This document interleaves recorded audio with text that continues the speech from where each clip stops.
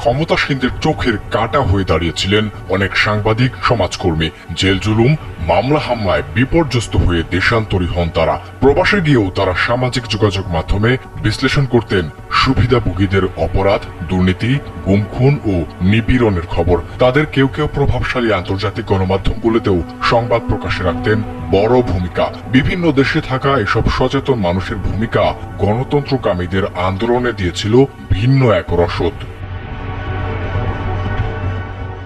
তাদেরই একজন মুশফিকুল ফজল আনসারী। দৈনিক ইত্তেফাক, ইউএনবি সহ বিভিন্ন সংবাদ মাধ্যমে কূটনৈতিক রিপোর্টার হিসেবে বেশ উজ্জ্বল মুখ ছিলেন তিনি। সেলফিন অ্যাপে দেশ বিদেশের যে কোনো জায়গা থেকে অ্যাকাউন্ট খুলতে পারবেন কোনো ঝামেলা ছাড়াই। সেলফিন, আগামীর ব্যাংকিং।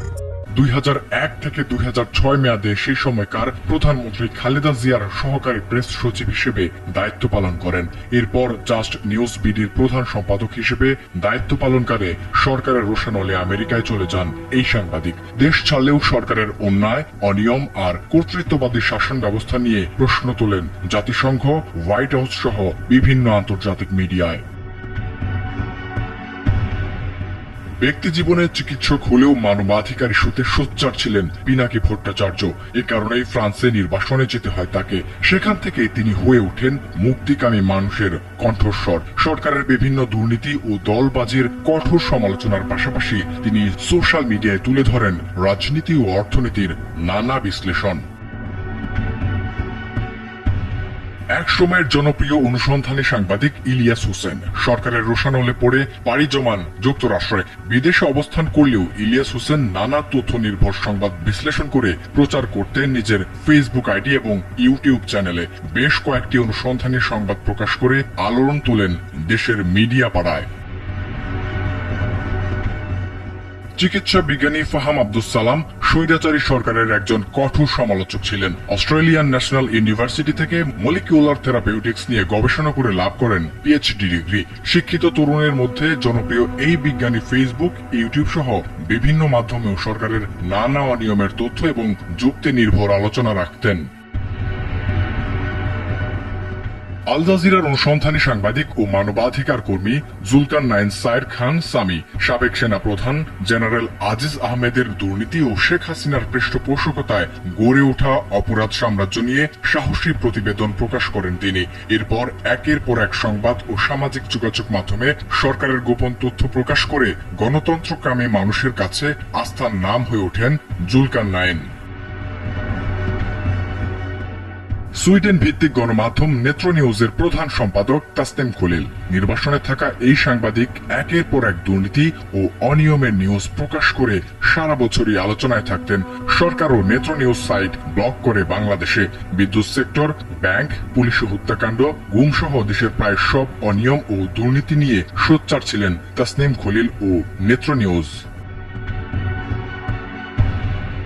গণমাধ্যমে চেপে রাখা নানা অনিয়ম, সুবিধাবাদী সাংবাদিক এবং সরকারের দুর্নীতি শোষণের নানা চিত্র তুলে ধরে সবসময় আলোচনায় ছিলেন লন্ডনে নির্বাসিত সাংবাদিক জাওয়াদ নির্ঝর। স্বৈরাচারী সরকারের নানা অনিয়ম, নেতাদের দুর্নীতি নিয়ে প্রায় তুলে ধরতেন নানা তথ্য।